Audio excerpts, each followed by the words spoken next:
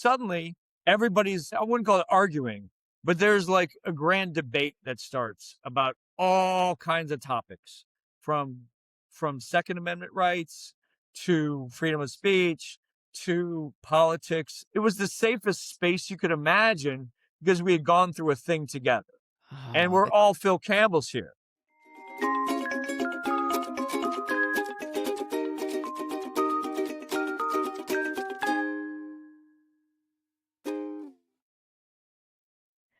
welcome to the Kindness Podcast. I'm Nicole Phillips. Today's guest is Phil Campbell. Phil's a former journalist.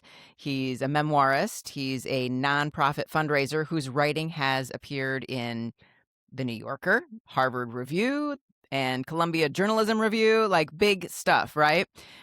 But the reason that Phil is here today really has nothing to do with his resume. It has everything to do with a tiny town in Alabama that happens to share his name. For more than 30 years, Phil Campbell, the man, has been returning to Phil Campbell, the town in Alabama, gathering up unrelated people from all around the world who carry the same name. And this episode is about what happens when strangers belong to each other. Welcome, Phil. Thank you so much for being here today. Oh, thank you so much for having me, Nicole. This is a real honor.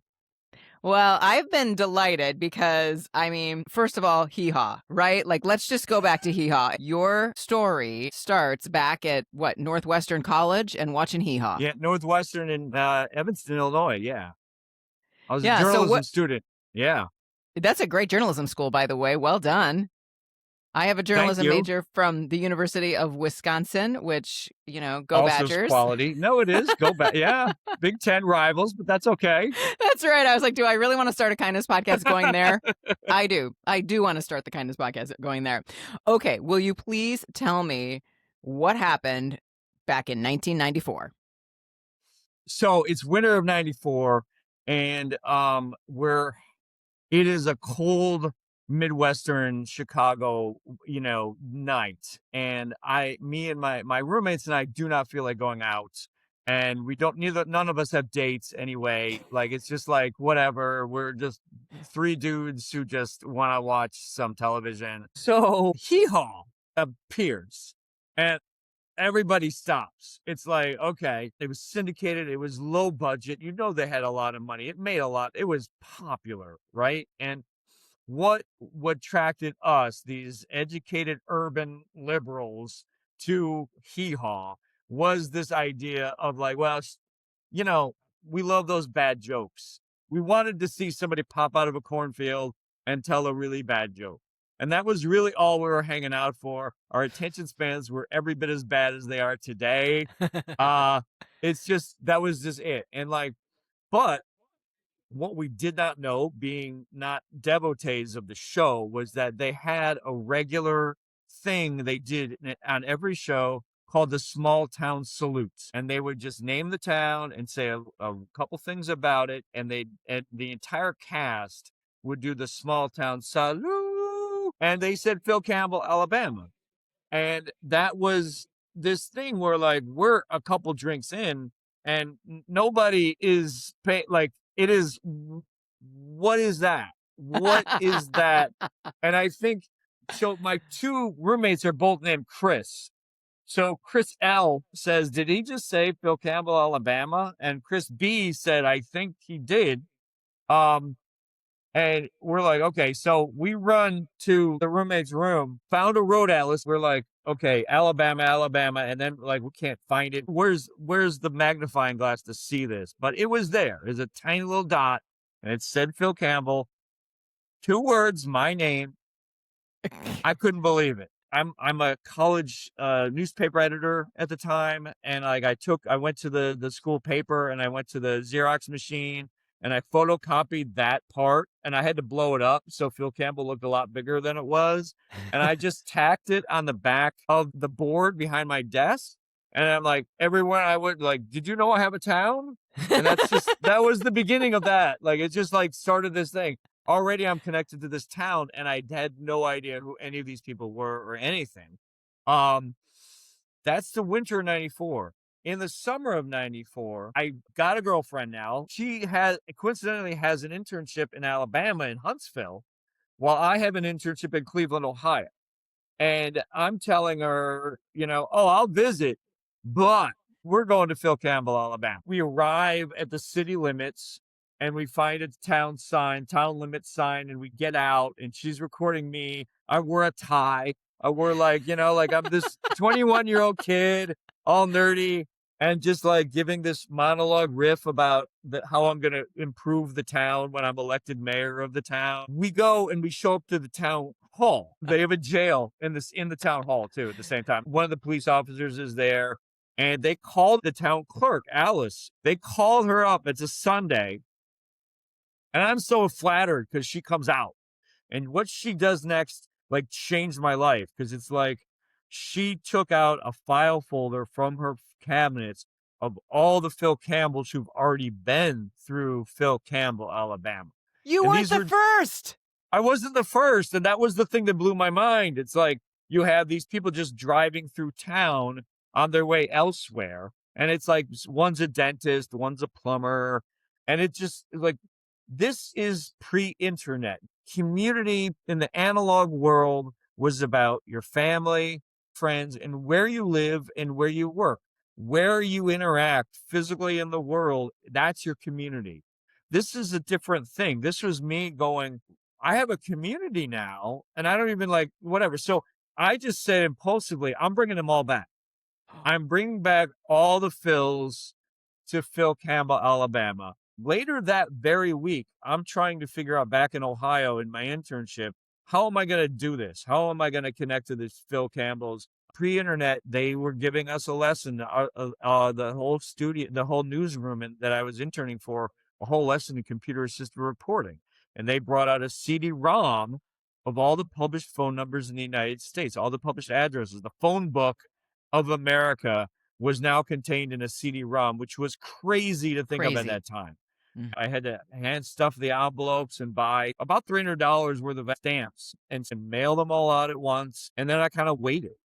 And, it only took like 1 to 2 weeks before I started getting flooded with answers. I got a letter from a Phyllis, who it was intended for her dad, but her dad had passed away. Out of curiosity, she had opened up the letter. She was a Phyllis Campbell, so she counted.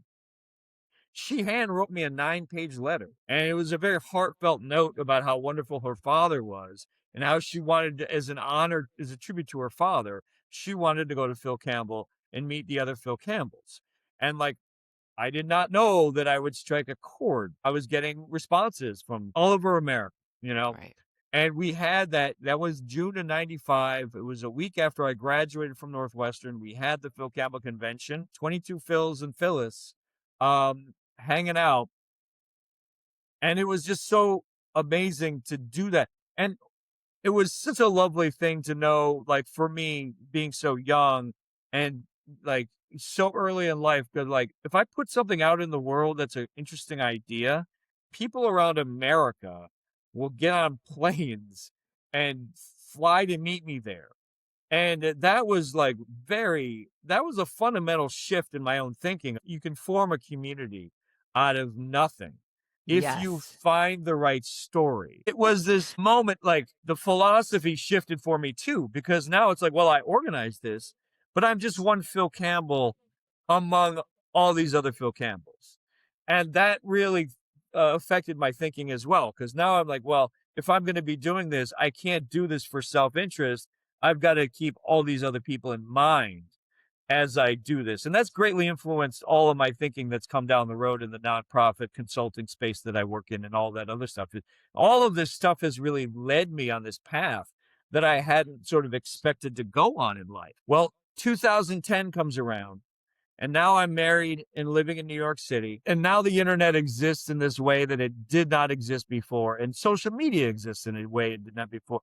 And I find myself going to Wikipedia and looking at the Phil Campbell, Alabama page. I'm looking at it and I'm like, oh, the town was officially incorporated in 1911, which means the 100th anniversary is in 2011.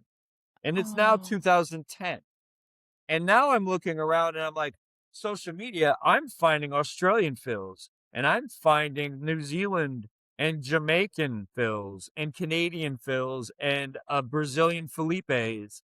And I'm going nuts all over again. And so I'm like, I got in touch with the town. We're all set to go to join the town centennial. And then 6 weeks before, we're on April 27th, 2011, a massive tornado ripped through the town. The swath was 12 miles long and half a mile wide. How many And people died, Phil? 26 people. Oh, 26 people were killed by it, and I think it destroyed 100 structures, including homes, oh. in that path. So the southern end of town was flattened. And we're like, well, what are we gonna do? Phil from Nottingham, England, was the one who said we should help. Phil Campbell's helping Phil Campbell. Mm. The first step was fundraising. There were a couple Phils who had the means to be able to bring some money. There was a minister in Alaska, an Alaskan Phil, who got his congregation to raise $5,000, and Oh, he brought 5,000 with him. So yeah, so we had the event, the fundraising, the media coverage, and then the day of disaster relief. But then we joined the town in the celebration. They had us in their parade, and we had this day of celebration as well as cleanup. so And so money important. came in, yeah. So every way we could think of to fundraise, we did. Every way we could think of helping while we were there, we did. But it was just a wonderful event, and it really cemented that relationship with the town that continues to this day. Anytime I think you bring people together, whether they're family or strangers, you're going to have differences of opinion, right? And Right. so how did you see that unfold, the kindness unfold between people who are so very different? One of the most interesting things that I saw was in the hotel room after hours among the Phil Campbells, where we gathered to sort of drink and to chat and to talk. But like we have this group of people who are across the spectrum, culturally, politically, everything. Right. And, suddenly everybody's, I wouldn't call it arguing, but there's like a grand debate that starts about all kinds of topics from Second Amendment rights to freedom of speech to politics. It was the safest space you could imagine because we had gone through a thing together, and Oh, we're the all Phil Campbells here. And that goes back to my earlier comment, like, oh, I'm just one Phil Campbell among the many. And I think that that's cementing that idea that it's okay. We're all Phil Campbells here. what a neat learning though, that you don't have to just be a chameleon and become who the people around you are. You can lean into the shared commonality as you're all Phils. Like we're all humans. We don't have to Yes. morph into each other, but somehow you were able to find a way to hear each other in that. That was about as moving for me as the fundraising event itself was to see that in action. We're alienated by social media. We're alienated by these incredible gaps in opinion. We have to have Mhm, to figure out how to get along. And mhm. so to see an earnest debate about the variety of topics that divide us, and to see people not take it personally, and to see people that my own blood pressure isn't going up the way it might do with family members, and it Yeah. has in the past with family members. But this is community by choice. We've chosen to have this community. We're going to make it work. And Mhm. I think that's a lesson for everyone in the sense of like your community, whatever your community is, you got to make that choice to be involved in that community and to get along with these folks. So how are you going to make those small sacrifices to sort of keep the glue of the community together? 32 years now of being connected to this town, and I see it is a very different town. It's conservative, it's religious in a way that I'm not. There are very big differences of opinion and thought that I have with different Phil Campbells and different residents of Phil Campbell. The last time I was in Phil Campbell, one of the regulars that I see was telling me, oh, I had a Phil Campbell resident come up to me and he said, I can't believe you talked to that Brooklyn Phil. And he's like, why would you talk to Brooklyn Phil? He's so radical, he's such a lefty, blah, blah, blah. And he's like, I don't I don't know what to tell you. Have you tried talking to him yourself? Well, no. But like why don't you try why don't you Right. try So let's talking to start the there. Why guy? don't you just have a conversation with Why don't you somebody and just see have a what conversation happens? with Brooklyn Phil and see what happens? Because you're going to Yeah. find I'm not going to put my politics and my cultural opinions first. I'm going to put the humanity first. That's so important Oh. to that connection. How do we put that idea first before we then find ways to agree to disagree on these other issues? For someone who's listening, who feels disconnected, who can't imagine where they would go, where they would ever find that kind of ability to communicate with others and to have a shared humanity, what have you learned through this whole thing to give us just one small thing that people could do to start building that connection with others? Find the community that's going to be your group. Make an effort in the wider world to connect with something, whether it's sports fandom and you've got a regular, the Knicks are on, so the Knicks are on my mind now, and it's like you're connecting with those folks in the fantasy league or something, but don't keep it online. Go out into the real world. It's very important to not just have online relationships. You've got to get out and you've got to have that connection. And we've done it in my family with the schools my sons attended, with the Phil Campbell, Alabama, with various other communities, the local neighborhood I live in, Queen. And now I live in Queens, not in Brooklyn, but it's the most diverse county in the entire world. And we have to figure out how to get along. So every day for me is a constant lesson and a reminder of putting kindness first before you judge this person who's just walking past. Um, so that is that thing. Find that community, make it effort, make that it is the thing about kindness is it is actually really hard. It is a challenge. We have these inspiring stories all the time, and there's thousands of them out there of people doing kindnesses and making things work. But to get to that place where it's not just a joke connection of that first convention because it did feel a little jokey. But moving beyond that into something that's meaningful, you've got to put a little effort in yourself and give more allowances for other people. And when you do that, then you can start building from that and recognizing the shared humanity we all have. So many people I know that are reclusive people, they ended up that way because they were very sensitive and they do want to bring something, but they felt like the world rejected them. And it's a two-way street. The mission of the Phil Campbells continues because I do intend to bring all the Phil Campbells to Phil Campbell, Alabama. And here's how. We now have signs. So every Phil Campbell who comes to Phil Campbell gets an aluminum permanent it's like a traffic sign. So every Phil Campbell who comes to Phil Campbell, they get the sign. And it's now sparked. No, we're at like almost 60 signs. The town has got a little ceremony for if you're a Phil Campbell. They greet you and they help you install your sign. And there's a little interview of like who you are and where you come from, and you get to meet them and everything. So it's not just this thing that I have to do every year, but it's given birth to this thing that's going to keep going long after I'm gone. I love the idea that you've built something that continues and will continue beyond you and Oh, beyond it's your so time on exciting. this earth. Yeah. Yeah, no, like, yeah, 30 years on, I'm like, it changed my life. So worth it. So Thank worth you, it. Phil Campbell, for talking with me today. And listener, if you know a Phil Campbell, you need to reach out. You can learn more Find about a Phil. yeah, we gotta have a find a Phil. I love it. You can learn more about Phil and his work at philcampbellconsulting.com and his memoir, I Come From a Family That Won't Talk About It. Tells the deeper story. If you enjoyed this episode, I hope that you'll subscribe, leave a review, come back next time for another conversation about what kindness looks like in real life. Until then, remember, what you look for is what you'll see.